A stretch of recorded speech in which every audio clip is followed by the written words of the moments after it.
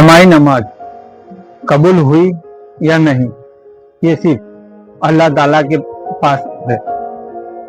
नमाज की कबूलियत कुरान और हदीस में निशानियां बताई गई है, तो जिससे अंदाजा होता है कि हमारी नमाज अल्लाह ताला को पसंद आई या नहीं। एक, गुनाहों से बचाव।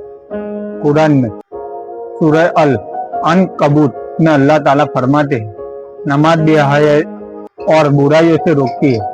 अगर नमाज के बाद इंसान गुनाहों से दूर रहने लगे तो ये कबूलियत की निशानी है। दूसरी, दिल में सुकून और तसल्ली।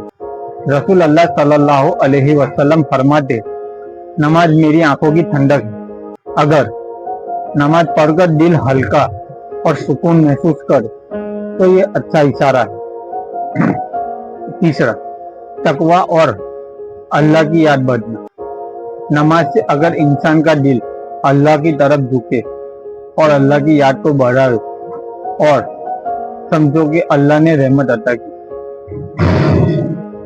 चौथा, तकब्बुर यानी घमंड कम होना।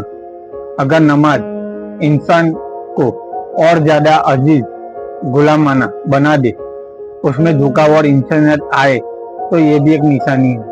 5, इस्तिकामत यानी लगातार पढ़ना। अगर कोई इंसान वक्त पर और पाबंदी के साथ नमाज पढ़ता रहे तो ये भी इस बात का सबूत है कि अल्लाह उसकी इबादत को पसंद कर रहा है।